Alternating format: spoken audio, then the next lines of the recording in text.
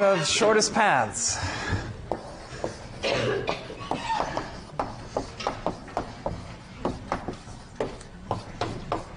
This is the finale. Hopefully it was worth waiting for. Reminder, there's a quiz coming up soon. You should be studying for it. There's no problem set due at the same time as the quiz because you should be studying now. It's a take-home exam. It's required that you come to class on Monday. Of course, you'll all come. But everyone watching at home should also come next Monday to get the quiz. It's the required lecture. All right. So we need a bit of a recap in the trilogy so far. So the last two lectures, the first two episodes, were about single source shortest paths. So we wanted to find the shortest path from a source vertex to every other vertex. And we saw we saw a few algorithms for this. Here's some recap. We saw in the unweighted case, that was sort of the easiest, where all the edge weights were 1. Then we could use breadth first search. And this costs what we call linear time in the graph world. Number of vertices plus number of edges.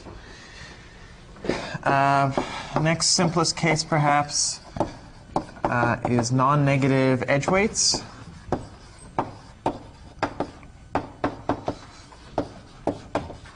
And in that case, what algorithm do we use? Dijkstra. All right, everyone's awake. Several answers at once. Great. Okay, so this takes almost linear time if you use a good heap structure. So v log v plus e. And in the general case, general weights, we would use Bellman-Ford, which we just saw. And that costs VE. Good. Okay, which is quite a bit worse. This is, ignoring log factors, Dijkstra is basically linear time. Bellman-Ford is at least quadratic if you have a connected graph. So in the sparse case, when E is order V, this is about linear, this is about quadratic. In the dense case, when E is about V squared, this is quadratic, and this is cubic. So Dijkstra and Bellman-Ford are separated by about a linear factor. Just an order V factor, which is pretty bad. Okay, but that's the best we know how to do for single source shortest paths. Negative edge weights, Bellman-Ford is the best. We also saw in recitation the case of a DAG. And there, what do you do?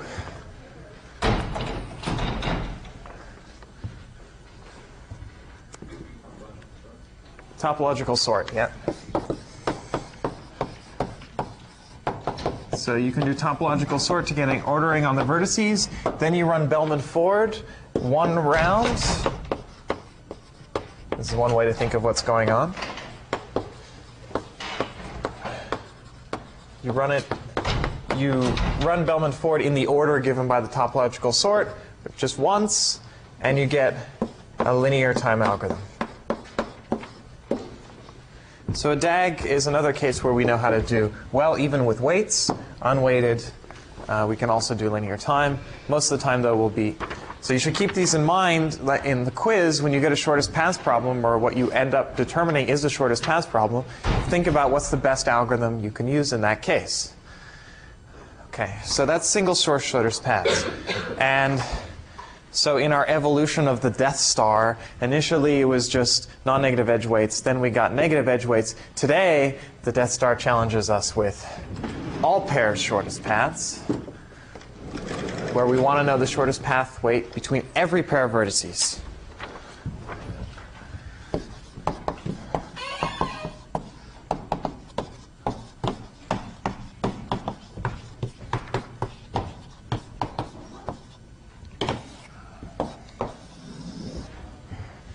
Okay, so let's get some quick results. What can we do in this case? So, for example, Suppose I have an unweighted graph. Any suggestions on how I should compute all pairs shortest paths?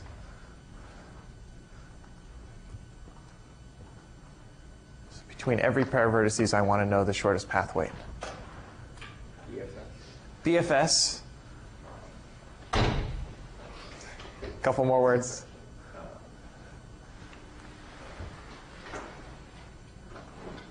Yeah? You do V times minimal structure. Right, BFS V times. Okay, I'll say V times BFS. Okay, so the running time would be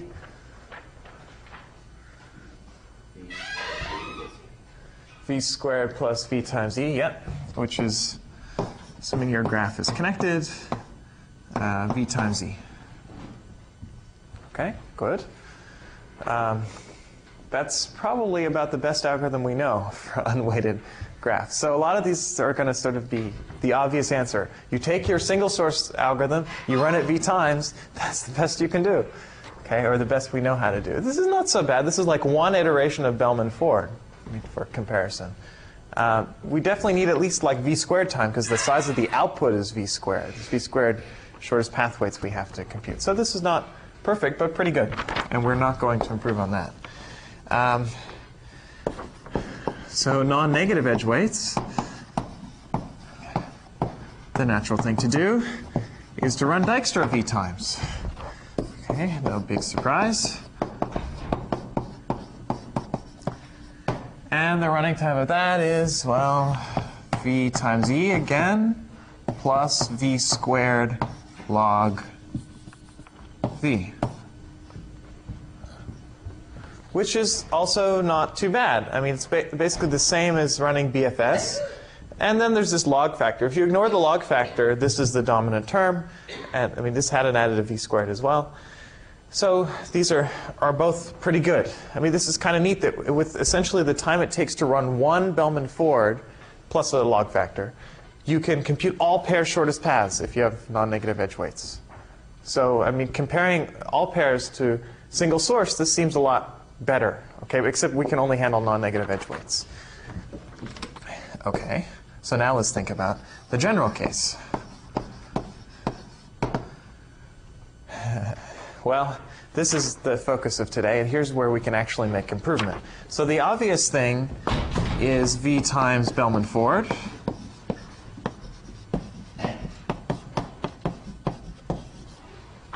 Which would cost V squared times E. And that's pretty pitiful, and we're going to try to improve that to something closer to the non-negative edge weight bound. So it turns out here we can actually make improvement, whereas in these special cases we really can't do much better. Okay, I don't have a good intuition why, but it's the case. And so we'll cover something like 3 algorithms today for this problem. The last one will be the best, but along the way we'll see some nice connections between shortest paths and dynamic programming, which we haven't really seen yet. We've seen shortest paths and applying greedy algorithms to it, but today we'll actually do dynamic programming. The intuition is that with all pairs shortest paths, there's more potential subproblem reuse. We've got to compute the shortest path from x to y for all x and y. Maybe we can reuse those shortest paths in computing other shortest paths. Okay, there's a bit more reusability, let's say. Okay, let me quickly define all pairs shortest paths formally. You have, because we're going to change our notation slightly.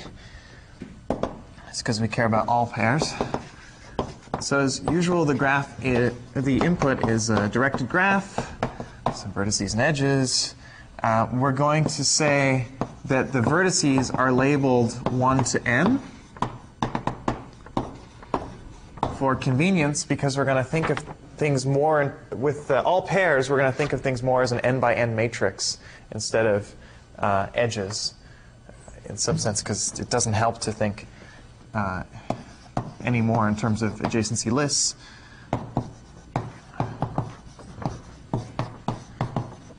And you have edge weights as usual. This is what makes it interesting. Some of them are going to be negative. So W maps every edge to a real number. And the target output is the shortest path matrix. So this is now an n by n matrix. So n is just the number of vertices of shortest path weights.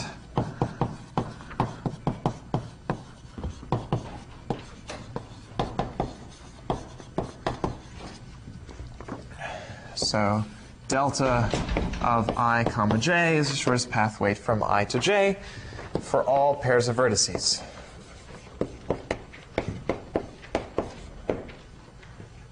So this you could represent as an n by n matrix in particular. Okay, so now let's start doing algorithms. So we have this very simple algorithm, v times Bellman-Ford, v squared times e, and just for comparison sake, I'm going to say, let me rewrite that, v times Bellman-Ford gives us this running time of v squared e, and I'm going to think about the case where, let's just say that the graph is dense, meaning that the number of edges is quadratic and the number of vertices. So in that case, this will take v to the fourth time, which is pretty slow. We'd like to do better. So first goal will just be to beat v to the fourth. V hypercubed, I guess. Okay, and we're going to use dynamic programming to do that.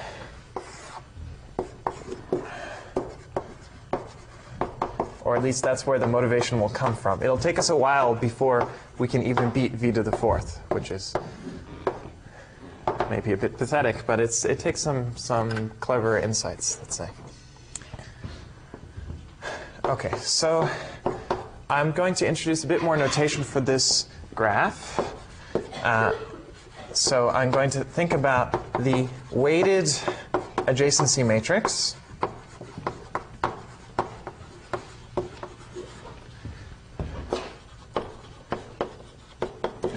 So I don't think we've really seen this in lecture before, although I think it's in the appendix. What that means, so normally adjacency matrix is like 1 if there's an edge and 0 if there isn't. And this is in a digraph, so you have to be a little bit careful. Here, these values, the entries in the matrix, are going to be the weights of the edges. Okay, this is if ij is an edge. So if ij is an edge in the graph, and it's going to be infinity if there is no edge. Okay, this is a more, in terms of shortest paths, this is a more useful way to represent the graph, right? So this encodes everything that we need from here. And now we just have to think about it as a matrix. And matrices will be a useful tool in a little while. Okay, so now I'm going to define some subproblems. And there's different ways that you could define what's going on in the shortest paths problem. Okay, the natural thing is I want to go from vertex I to vertex j. What's the shortest path? Okay, we need to refine the subproblems a little bit more than that. Not surprising. And if you think about, by analogy to Bellman-Ford, what Bellman-Ford does is it tries to build longer and longer shortest paths. But here length is in terms of the number of edges. So first it builds shortest paths of length 1. We prove in the first round it does that. The second round it provides all shortest paths of length 2, of hop count 2, and so on. We'd like to do that sort of analogously and try to reuse things a little bit more. So I'm going to say d sub ij superscript m is the weight of a shortest path from I to j with some restriction involving m. So shortest path from I to j, so using at most m edges. Okay, for example, if m is 0, then we don't have to really think very hard to find all shortest paths of length 0. Okay, that use 0 edges, I should say. And so Bellman-Ford sort of tells us how to go from m to m plus 1. So let's just figure that out. So one thing we know from the Bellman-Ford analysis is if we look at dij superscript n minus 1, we know that in some sense the longest shortest path of relevance, unless you have negative weight cycles, the longest shortest path of relevance is when m equals n minus 1, because that's the longest simple path you can have. So this should be the shortest path weight from I to j, and it would be no matter what larger value you put in the superscript. This should be delta of I comma j if there's no negative weight cycles.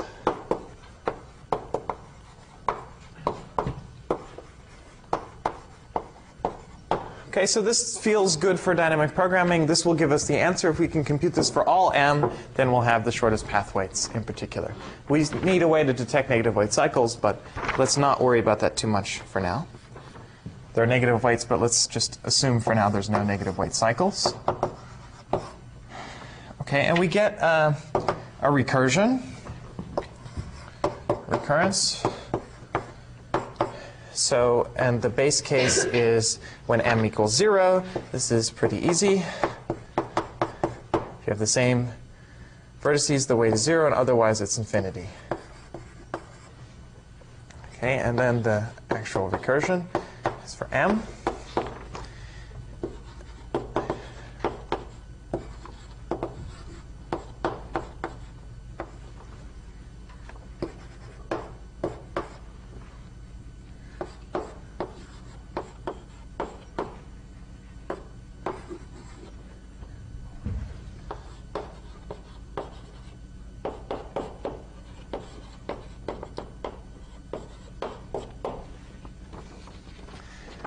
Okay, so I got this right. This is a pretty intuitive recursion for dij of m is a min of smaller things in terms of m minus 1. I'll just draw the picture, and then the proof of that claim should be obvious. So this is proof by picture. So we have, on the one hand, I over here, and j over here. We want to know the shortest path from I to j. And we want to use at most m edges. So the idea is, well, you could use m minus 1 edges to get somewhere. So this is at most m minus 1 edges. Some other place, and we'll call it k. So this is a candidate for k. And then you could take the edge directly from k to j. So this costs a kj, and this costs d I k m minus 1. Okay, and that's a candidate path of length that uses at most m edges from I to j, and this is essentially just considering all of them. Okay, so there's sort of many paths we're considering. All of these are candidate values of k. We look at all, we're taking them in over all k as intermediate nodes, whatever.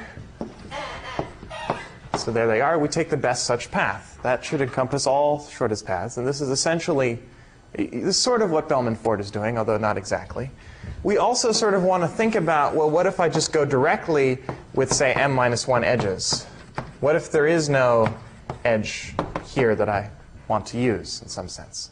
Well, we always think about there being, and the way that the a's are defined, there's always this 0 weight edge to yourself. So you could just take a path that's shorter, go from di to j, and j is a particular value of k we might consider, and then take a 0 weight edge at the end from a jj.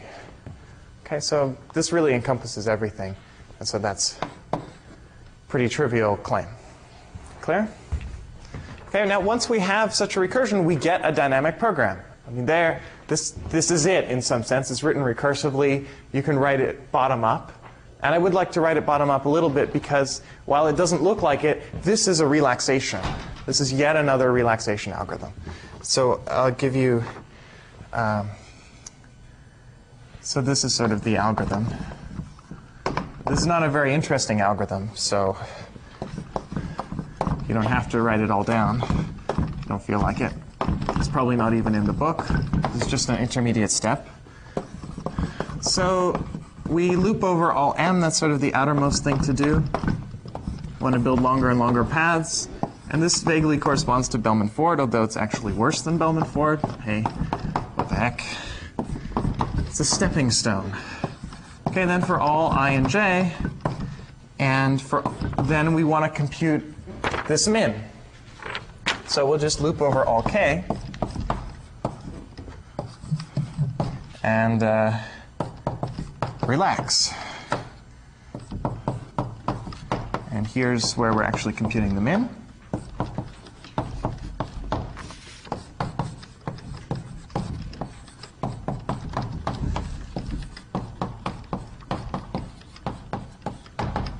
And it's a relaxation, that's the point. This is our good friend, the relaxation stat. Relaxing edge, well, it's not, yeah. I guess we're relaxing edge kj or something. Except it's a little bit, we don't have the same clear notion. I mean, it's a particular thing that we're relaxing. It's not just a single edge, because we don't have a single source anymore. It's now relative to source I, we are relaxing the edge kj, something like that. But this is clearly a relaxation. We're just making the triangle inequality true if it wasn't before. Triangle inequality's got to hold between all pairs. And that's just implementing this min, right? You're taking dij, you take the min of what it was before, in some sense. So that was one of the possibilities we considered when we looked at this zero-weight edge. We say, well, or you could go from I to some k in some way that we knew how to before, and then add on the edge. And this is, and check whether that's better. If it's better, set our current estimate to that. And you do this for all k. In particular, you might actually compute something smaller than this min, because I didn't put superscripts up here. But that's just making paths even better. Okay, so you have to argue that relaxation is always a good thing to do. So by not putting superscripts, maybe I do some more relaxation, but more relaxation never hurts us. Okay, you can still argue correctness using this claim. So it's not quite the direct implementation, but there you go. Dynamic programming algorithm. The main reason I write it down, so you see that it's a relaxation, and you see the running time is n to the fourth. Okay, which is certainly no better than Bellman-Ford. Bellman-Ford was n to the fourth even in the dense case, and it's a little better in the sparse case. So not doing so great, but it's a start. Okay, gets our dynamic programming minds thinking. And we'll get a better dynamic program in a moment. But first, there's actually something useful we can do with this formulation.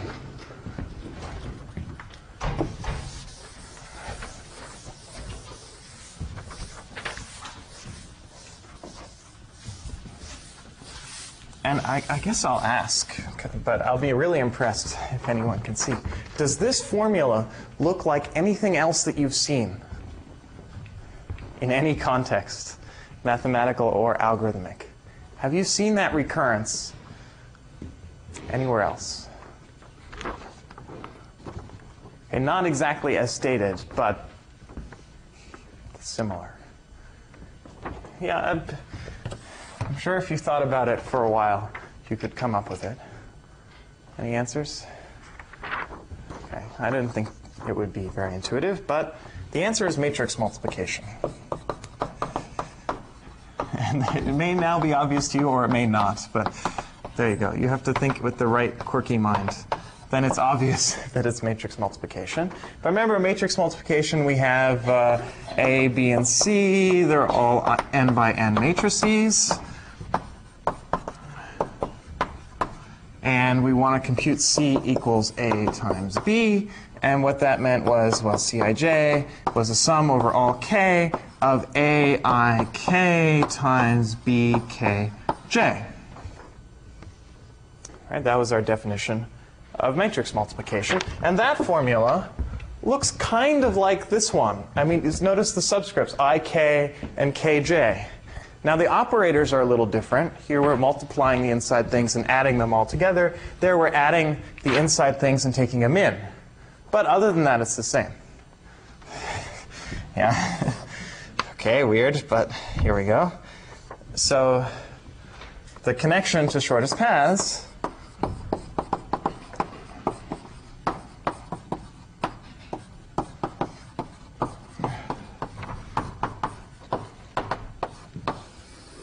is you replace these operators.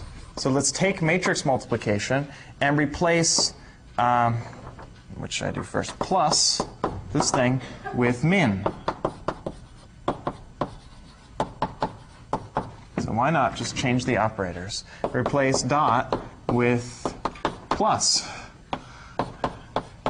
You know, this is just a different algebra to work in where plus actually means min and dot actually means plus. So you have to check that things sort of work out in that context. But if we do that, then we get that Cij is the min over all k of aik plus, well, a bit messy here, plus bkj.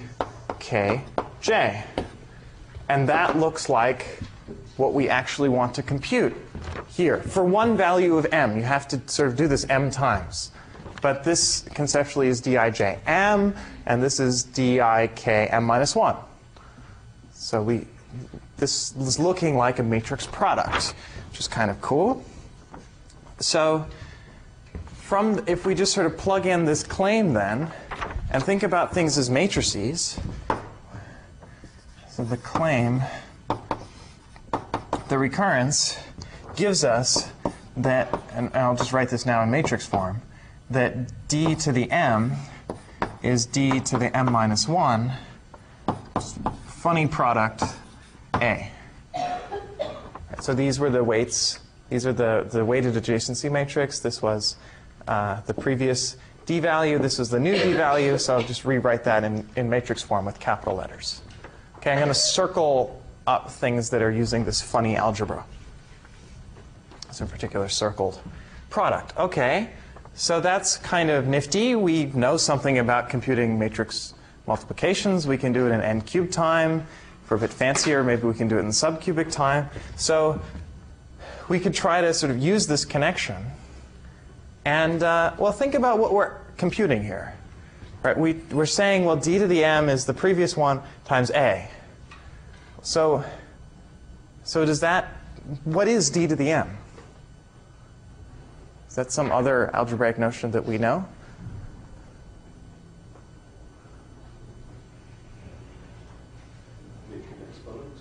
Yeah, it's the exponent. We're taking a, and we want to raise it to the power m with this funny notion of product. So in other words, d to the m is really just a to the m in a funny way. So I'll circle it. OK. So that sounds good. We also know how to compute powers of things relatively quickly, if you remember how. OK, I need to define, for this notion, this power notion to make sense, I should say what a to the 0 means. And so I need some kind of identity matrix. And for here, the identity matrix is this one.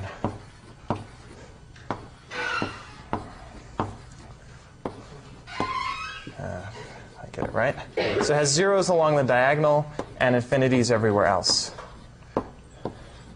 OK, that's sort of just to match this definition. Dij 0 should be zeros on the diagonals and infinity everywhere else. But you can check this as actually an identity. If you multiply it with this funny multiplication against any other matrix, you get the matrix back. Nothing changes. This really is a valid identity matrix. And I should mention that for a to the m to make sense, you really need that your product operation is associative. So I should a to the m circled makes sense because circled multiplication is associative, and you can check that. Not hard because I mean min is associative and addition is associative and all sorts of good stuff. And you have some kind of distributivity property. And well, why? And this is in turn because the real numbers with, and get the right order here, with min as your addition operation and plus as your multiplication operation is a closed semi-ring. So if ever you want to know when powers make sense, this is a good rule. If you have a closed semi-ring, then matrix products on that semi-ring will give you an associative operator, and then good, you can take products. Okay, that's just some formalism. So now we have some intuition.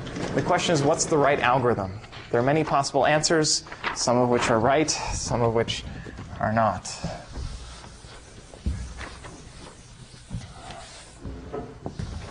So we have this connection to matrix products, and we have a connection to matrix powers.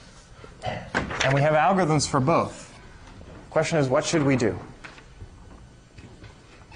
So all we need to do now is to compute a to the funny power n minus 1. Right? N minus 1 is when we get shortest paths, assuming we have no negative weight cycles. In fact, we could compute a larger power than n minus 1. Once you get beyond n minus 1, multiplying by a doesn't change you anymore. So how should we do it?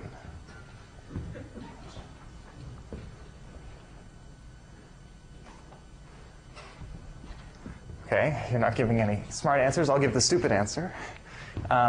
You could say, well, I take A, I multiply it by A, and then I multiply it by A, and I multiply it by A, and I use normal, boring matrix multiplication. So I do like n minus 2 standard matrix multiplies. So standard multiply costs like n cubed. And I'm doing like n of them. So this gives me an n to the 4th algorithm. I compute all the shortest path weights and n to the 4th. Woohoo! Okay, no improvement. So how could I do better?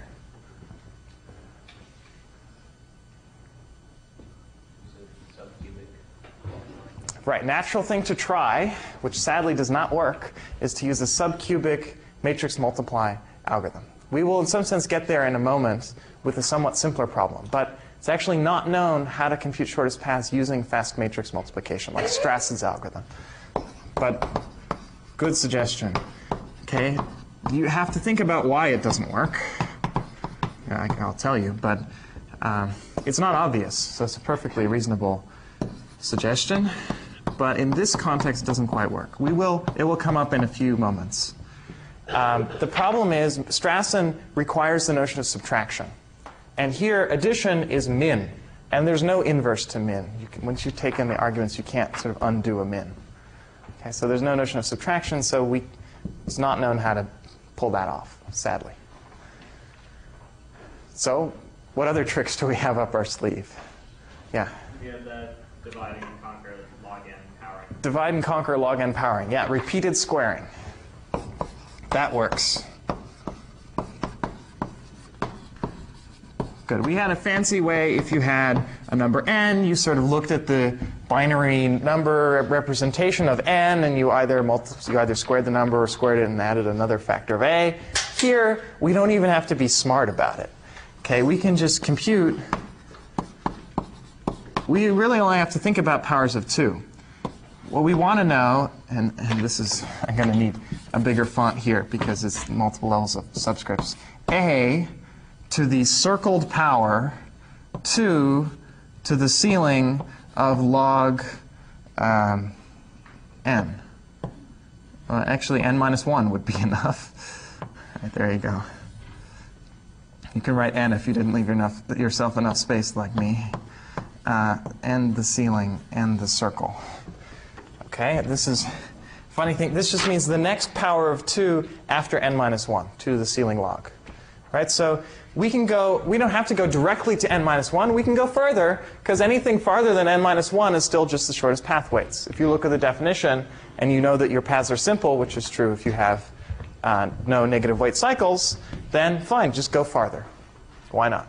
And so to compute this, we just do ceiling of log n minus 1 products. Just take a, square it, and then take the result and square it. Take the result and square it. So this is order log n multiplies or squares. And we don't know how to use Strassen, but we can use the boring standard multiply of n cubed, and that gives us n cubed log n running time. Okay, which finally is something that beats Bellman-Ford in the dense case. Okay, when in the dense case, Bellman-Ford was n to the 4th. Here we get n cubed log n, finally something better. In the sparse case, it's about the same, maybe a little worse. E is order v.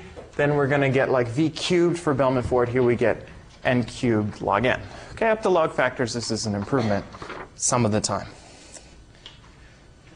Okay, it's about the same the other times. Another nifty thing that you get for free out of this is you can detect negative weight cycles. So here's a bit of a puzzle. How would I detect, after I compute this product, a to the power 2 ceiling log n minus 1, how would I know if I found a negative weight cycle? What would that mean in this matrix of all pairwise shortest paths of at most a certain length?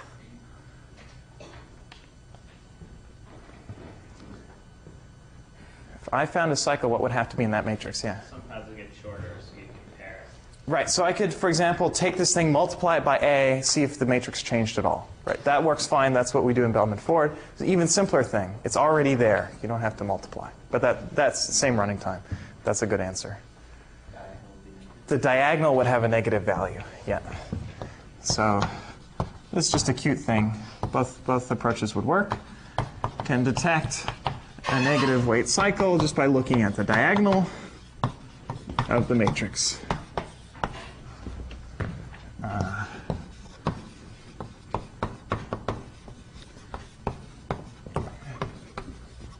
You just look for a negative value in the diagonal. Okay. So that's algorithm 1, let's say. I mean, we've seen several that are all bad, but I'll call this number 1. Okay, we'll see 2 more. This is the only one that, well, I shouldn't say that. Fine, there we go. So this was one dynamic program that wasn't so helpful, except it showed us a connection to matrix multiplication, which is interesting. We'll see why it's useful a little bit more. But it led to this nasty 4 nested loops. And if we're using this trick, we got down to n cubed log n. Let's try just for n cubed. Okay, just get rid of that log. It's annoying. Makes you a little bit worse than Bellman-Ford in the sparse case. So let's just try to just erase one of these nested loops. Okay, I want to do that. Okay, obviously that algorithm doesn't work because it refers to k and it's not defined. But I've got enough variables. Why don't I just define k to be m? Okay, turns out that works. Well, I'll do it from scratch, but why not, right? I don't know if that's how Floyd and Warshall came up with their algorithm, but here you go. Here's Floyd Warshall.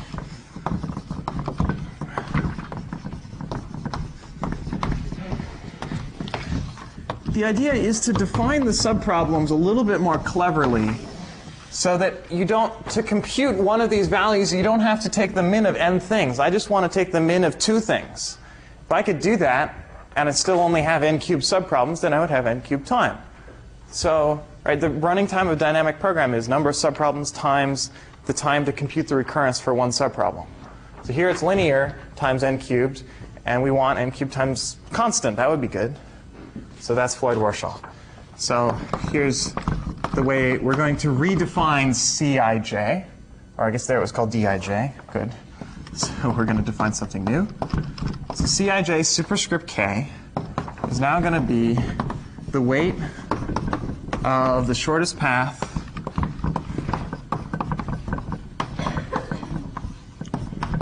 from I to j as before. Notice I used the superscript k instead of m because I want k and m to be the same thing. Whoa, deep. Okay, now here's the new constraint. I want all intermediate vertices along the path, meaning all vertices except for I and j at the beginning and the end, to have small label. So they should be in the set from 1 up to k. And this is where we're really using that our vertices are labeled 1 up to n. So I'm going to say, well, first think about the shortest paths that don't use any other vertices. That's when k is like 0.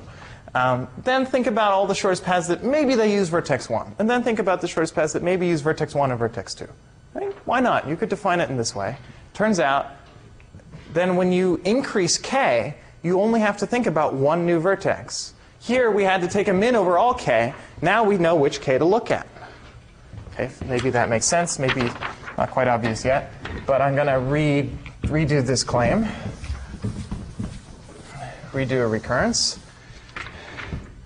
So Maybe first I should say some obvious things. So if I want delta of ij, want the shortest path weight, well, just take all the vertices. So take Cij superscript n. That's everything. And this even works, this is true even if you have a negative weight cycle, although again, we're sort of going to ignore negative weight cycles as long as we can detect them. And another simple case is if you have, well, Cij to 0. Let me put that in the claim. Be a little bit more consistent here. So here's the new claim.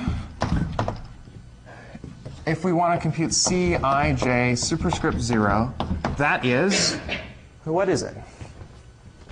Superscript 0 means I really shouldn't use any intermediate vertices.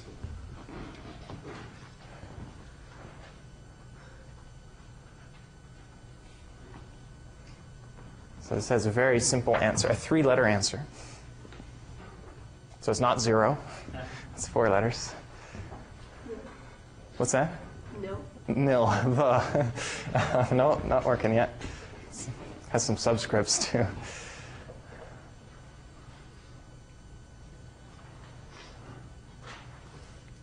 So the definition would be, what's the shortest path weight from I to j when you're not allowed to use any intermediate vertices? Sorry? Self, yeah. So it has a very simple name. That's the tricky part. Right, so if I equals j, you're clever. Right, open bracket I equals j means 1, well, okay. Sort of works, but it's not quite right. In fact, I want infinity if I does not equal j, and I want 0 if I equals j. Aij. Good. I think it's Aij. Should be, right? Maybe I'm wrong.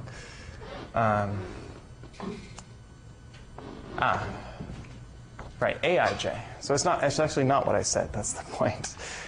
If I does not equal j, you still have to think about a single edge connecting I to j.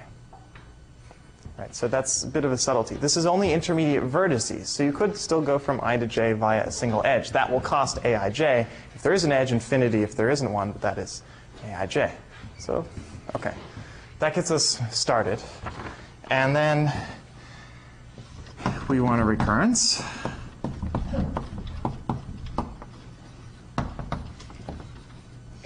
And the recurrence is, well, maybe you get away with all the vertices that you had before. So if you want to know paths that use 1 up to k, maybe I just use 1 up to k minus 1. Could try that. Or you could try using k. So either you use k or you don't. If you don't, it's got to be this. If you do, then you've got to go to k. So why not go to k at the end? So you go from I to k using the previous vertices. Obviously, you don't want to repeat k in there. And then you go from k to j somehow using vertices that are not k. This should be pretty intuitive. Again, I can draw a picture. So either you never go to k, and that's this wiggly line. You go from I to j using things only 1 up to k minus 1.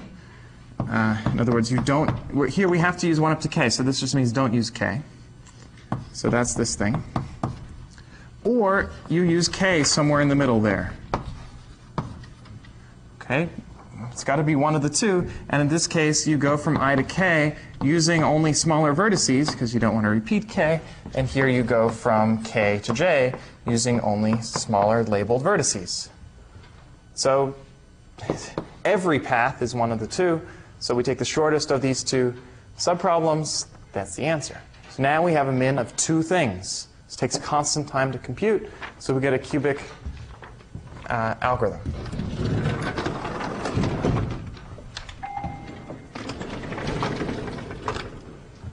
So let me write it down. So this is the Floyd-Warshall algorithm. You give it, write the name again. You give it a matrix A. That's all it really needs to know. Encodes everything. You copy C to A. That's the warm-up, right? At time 0, C equals A. And then you just have these three loops. For every value of k, for every value of I, and for every value of j, you'd compute that min. And if you think about it a little bit, that min is a relaxation. Surprise, surprise.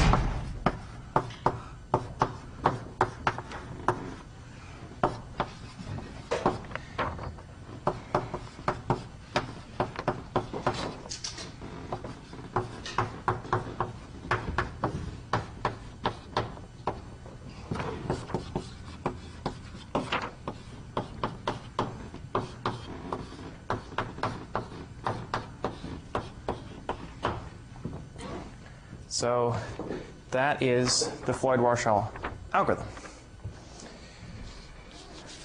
And the running time is clearly n cubed. 3 nested loops, constant time inside.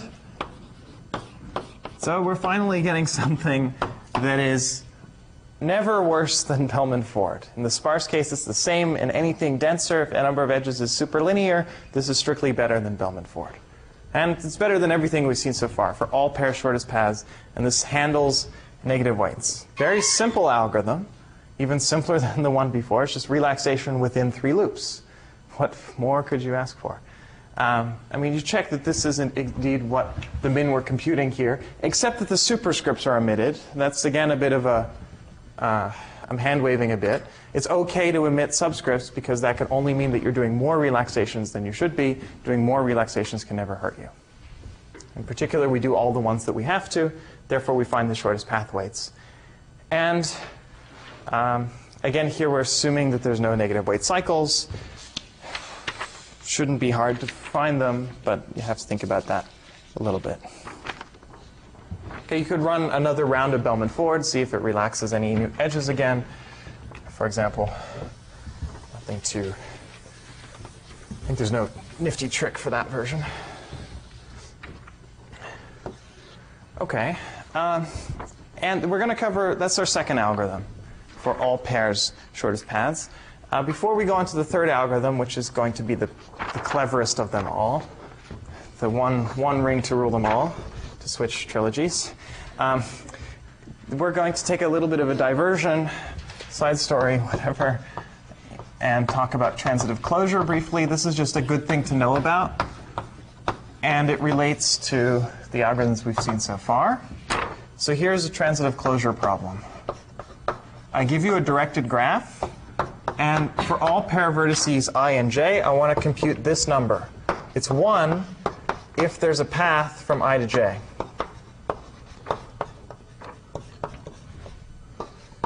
From I to j. Okay, and it's 0 otherwise. Okay, this is sort of like a boring adjacency matrix with no weights, except it's about paths instead of being about edges. Okay, so how could I compute this?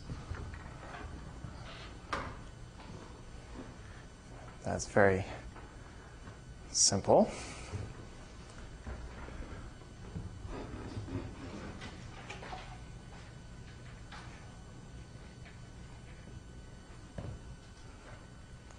How should I compute this is called this gives me a graph in some sense. This is adjacency matrix of a new graph called the transitive closure of my input graph.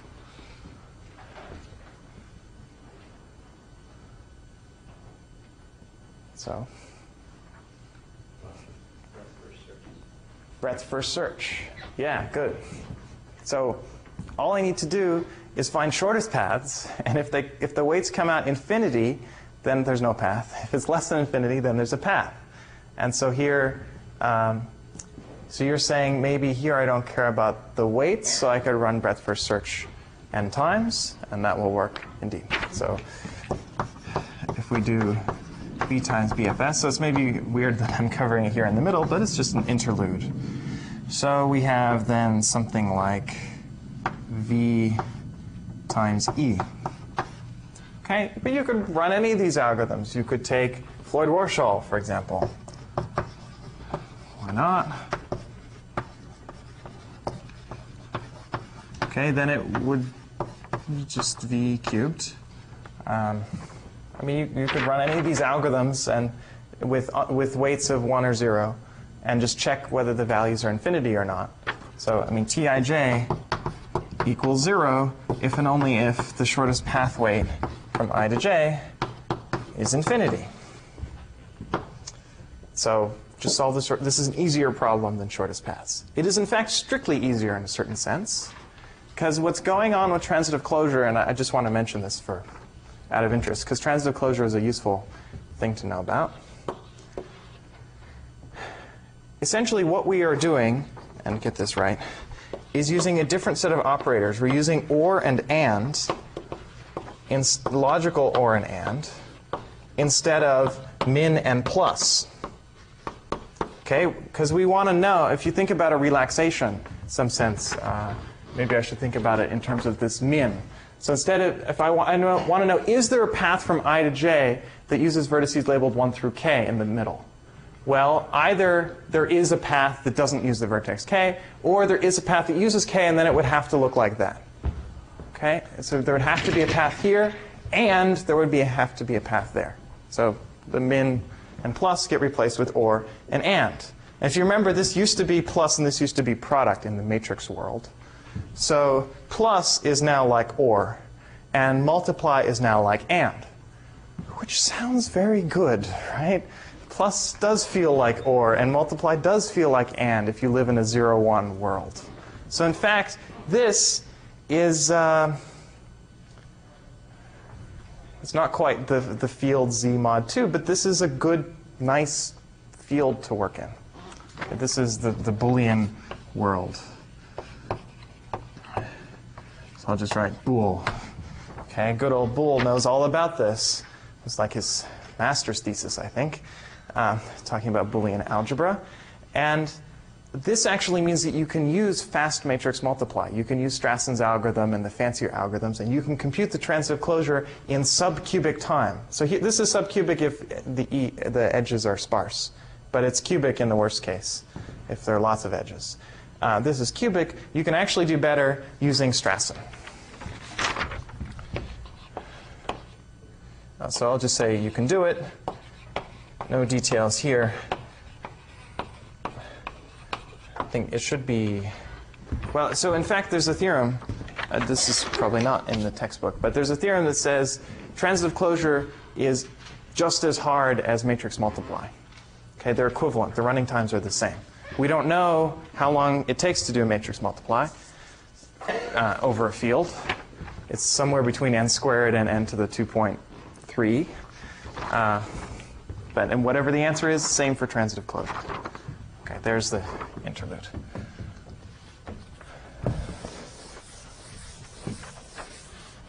And that's where we actually get to use Strasson and friends.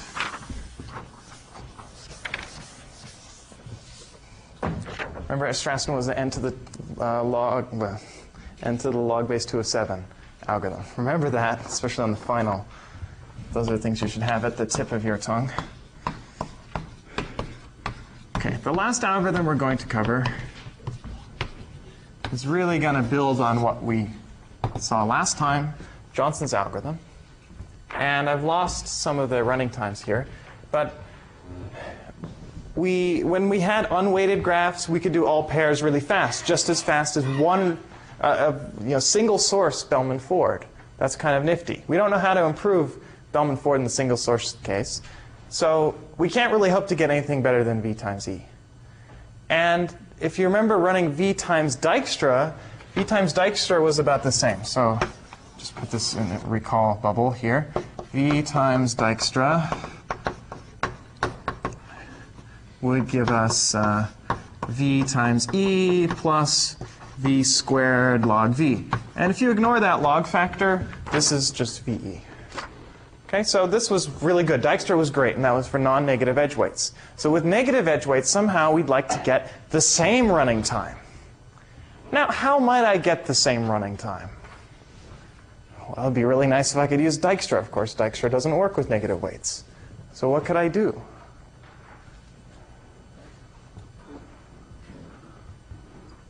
What would I hope to do? What could I hope to do? Suppose I want, in the middle of the algorithm it says, run Dijkstra n times. then what should I do to prepare for that? Make all the weights positive. Make all the weights positive or non-negative, yeah. Why not, right? Well, we're being wishful thinking.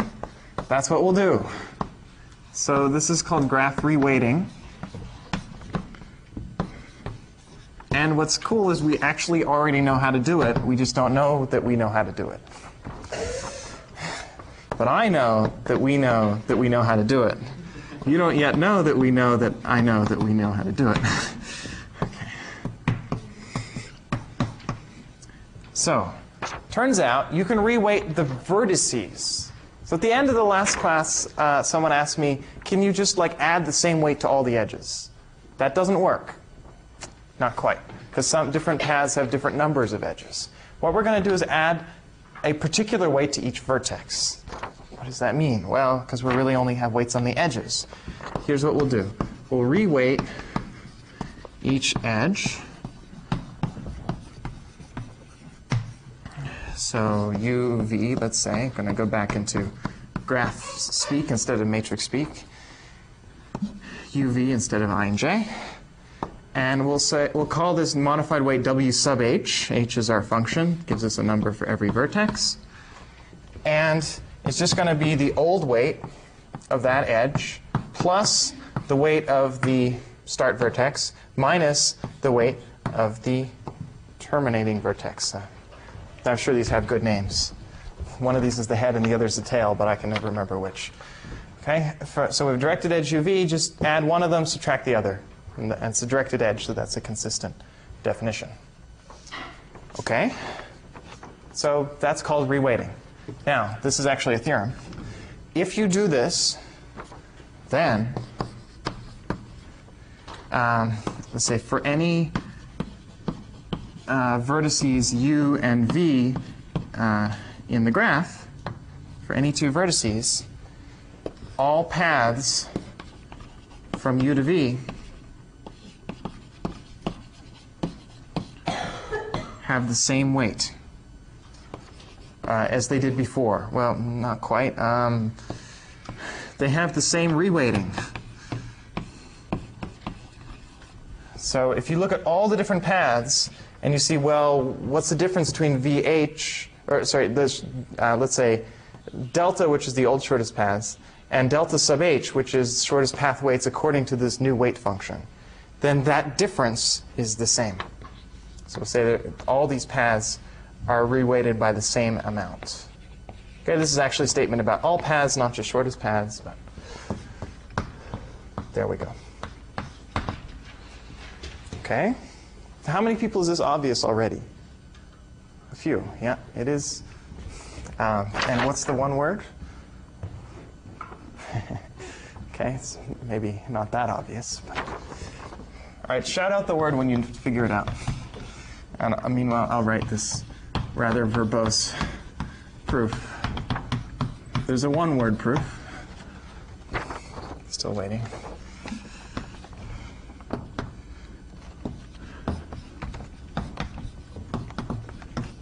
So let's just take one of these paths that starts at U and ends at V. Take any path. We're just going to see what its new weight is relative to its old weight.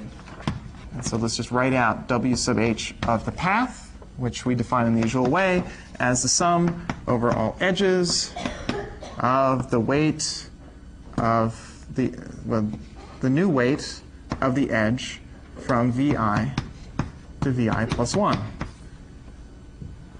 you have the word? No?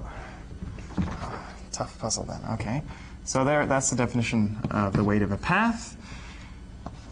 And then we know this thing is just W of VI plus 1.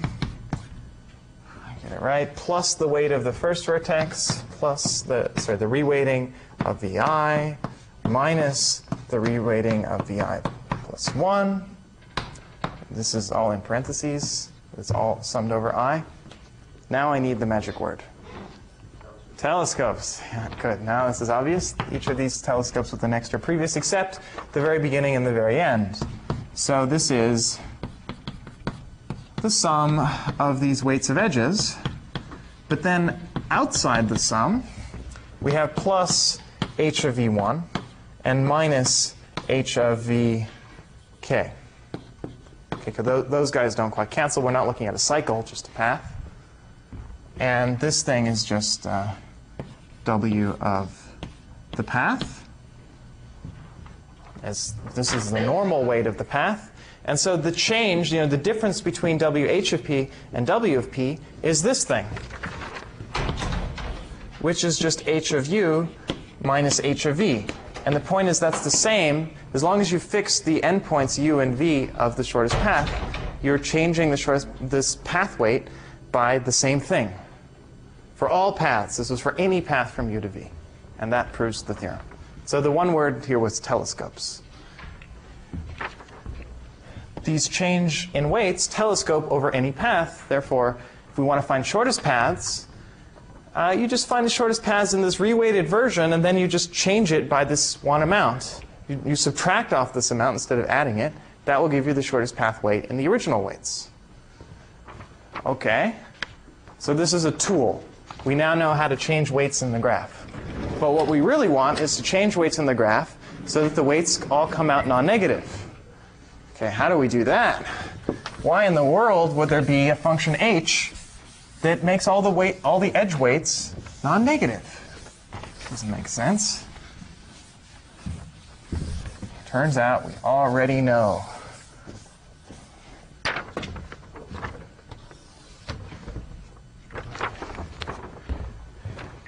So,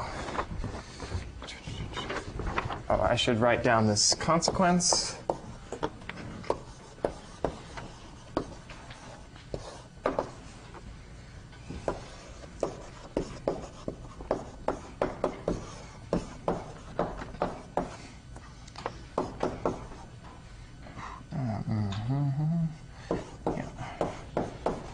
Get this in the right order. So in particular, the shortest path changes by this amount. And if you want to know this value, you just move this stuff to the other side. So if we can compute delta sub h, then we can compute delta. That's the consequence here. How many people here pronounce this word corollary? OK. And how many people pronounce it corollary? Yeah. We're alone, Canal. Usually I get at least one other student, and they're usually Canadian, I think that's the, or British or something. I think that's the accent. So I always avoid pronouncing this word unless I really think it's corollary. Yeah, OK. Get it right. I at least say Z, not Z. All right. Here we go. So what we want to do is find one of these functions. I mean, let's just write down what we could hope to have. We want to find a reweighting function h assigns the weight to each vertex such that w sub h of uv is non-negative. That would be great for all edges. All uv in E. OK, then we could run Dijkstra. Could run Dijkstra, get the delta h's, and then just undo the reweighting and get what we want. And that is Johnson's algorithm. Claim is that this is always possible. Okay, why should it always be possible? Well, let's look at this constraint. W sub h of uv is that. So it's w of uv plus h of u minus h of v should be non-negative. Let me rewrite this a little bit. Is that what I want? Sure. I'm going to put these guys over here. That will be the right thing. H of v minus h of u is less than or equal to w of uv. Does that look familiar?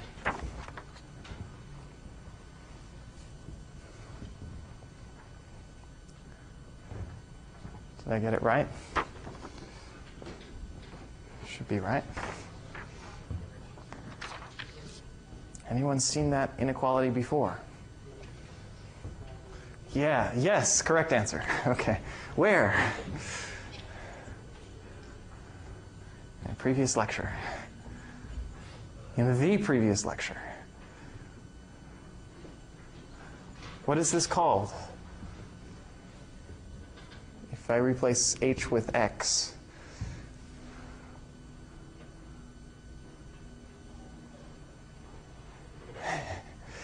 Charles knows. Good. Anyone else remember all the way back to episode 2? I know there was a weekend. What's this operator called?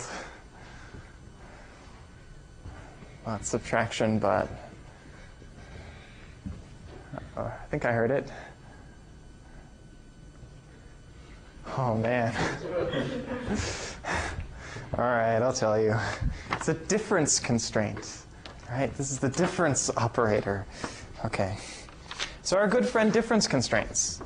So this is what we want to satisfy. We have a system of difference constraints. H of E minus H of U should be, we want to find these. These are our unknowns subject to these constraints. We're given the W's. Now, we know when these difference constraints are satisfiable. Can someone tell me when these constraints are satisfiable? We know exactly when. Randy said a difference constraints.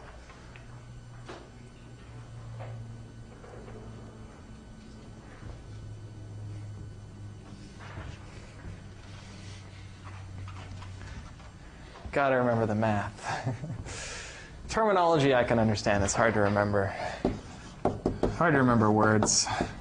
Unless you're a linguist. Perhaps. So when is the system of difference constraints satisfiable?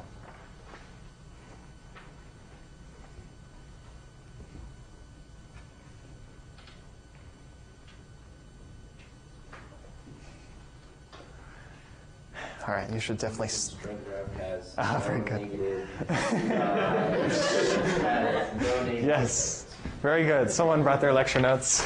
When the constraint graph has no negative weight cycles. Good, thank you.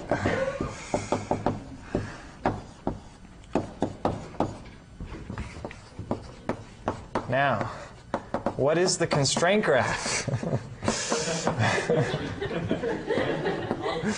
Uh-oh. Okay, this has a one-letter answer. More or less. I'll accept the one-letter answer. What, A? A, close, G. Yeah, I mean, same thing. Yeah, so the constraint graph is essentially G. Actually, it is G. Constraint graph is G. Good. And we prove this by adding a new source vertex and connecting that to everyone. But that's sort of beside the point. That was in order to actually satisfy them. But this is our characterization. So, well, if we assume that there are no negative weight cycles in our graph, which we've been doing all the time, then we know that this thing is satisfiable. Therefore, there is an assignment of this h's. There's a reweighting that makes all the weights non-negative. Then we can run Dijkstra. We're done. Isn't that cool? And how do we satisfy these constraints? We know how to do that with one run of Bellman-Ford, which costs order VE, which is less than V times Dijkstra. So that's it. Write down the details somewhere.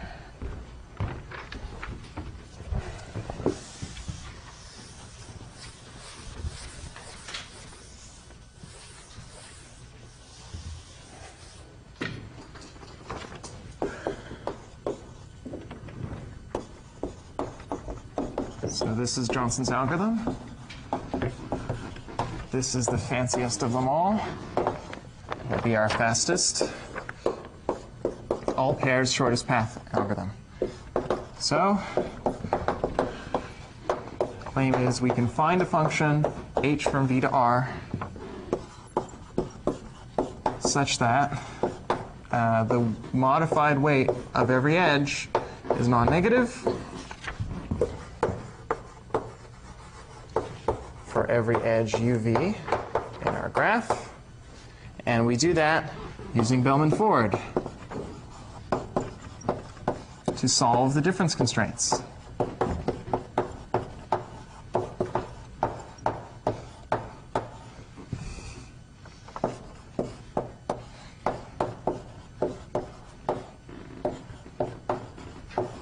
These were exactly the difference constraints that we were born to solve, that we learned to solve last time. The graphs here are corresponding exactly, if you look back at the definition. Or Bellman-Ford will tell us that there's a negative weight cycle. Okay, great. So it's not that we really have to assume that there's no negative weight cycle. We'll get to know. And if you're fancy, you could actually figure out the minus infinities from this. But at this point, I just want to think about the case where there is no negative weight cycle. But if there is, we can find out that it exists and then just tell the user. Okay, and then we'd stop. Otherwise, there is no negative weight cycle. Therefore, there is an assignment that gives us non-negative edge weights. So we just use it.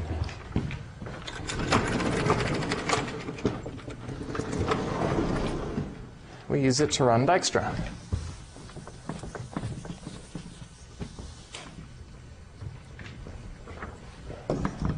So step 2 is, I should say the running time of all this is v times e. So we're just running Bellman-Ford on exactly the input graph, plus we add a source. If you recall, to solve a set of difference constraints, you add a source vertex S connected to everyone at weight 0. Run Bellman-Ford from there. Because we don't have a source here. We just have a graph. We want to know all pairs. So this you can use to find whether there's negative weight cycle anywhere. Or we get this magic assignment. So now WH is non-negative. So we can run Dijkstra on WH. Let's say using WH. So you compute WH. That takes linear time. And we run Dijkstra from each possible source. So I write this out explicitly. We've had this in our mind several times, but when we said n times Dijkstra or n times BFS, here it is. We want to compute delta sub h now of uv for all v, and we do this separately for all u. And so the running time here is VE plus V squared log V. This is just V times the running time of Dijkstra, which is E plus V log V. Okay, it happens that this term is the same as this one, which is nice because that means step 1 costs us nothing asymptotically. Okay, and then last step is, well, now we know delta H. We just need to compute delta. So for each pair of vertices, call it UV, we just compute what the original weights would be, so what delta of UV is, and we can do that using this corollary. It's just delta sub H of UV minus H of U plus H of V.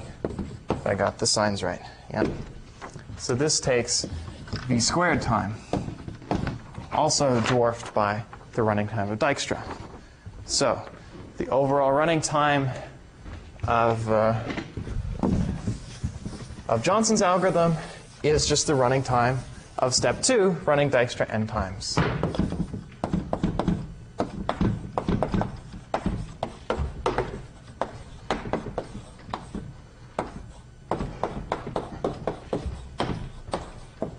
Which is pretty cool.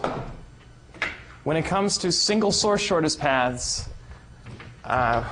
Bellman-Ford is the best thing for general weights. Dijkstra is the best thing for non-negative weights. But for all pair shortest paths, we can skirt the whole negative weight issue by using this magic we saw from Bellman-Ford. But now running Dijkstra n times, which is still the best thing we know how to do pretty much for the all pairs non-negative weights, now we can do it for general weights too. And it's a pretty nice combination of all the techniques we've seen in the trilogy. And along the way, we saw lots of dynamic programming, which is always good practice. Any questions? This is the last new content lecture before the quiz. On Wednesday will be quiz review, if I recall correctly. And then it's Thanksgiving, so there's no recitation. And the quiz starts on Monday, so study up. See you then. Right.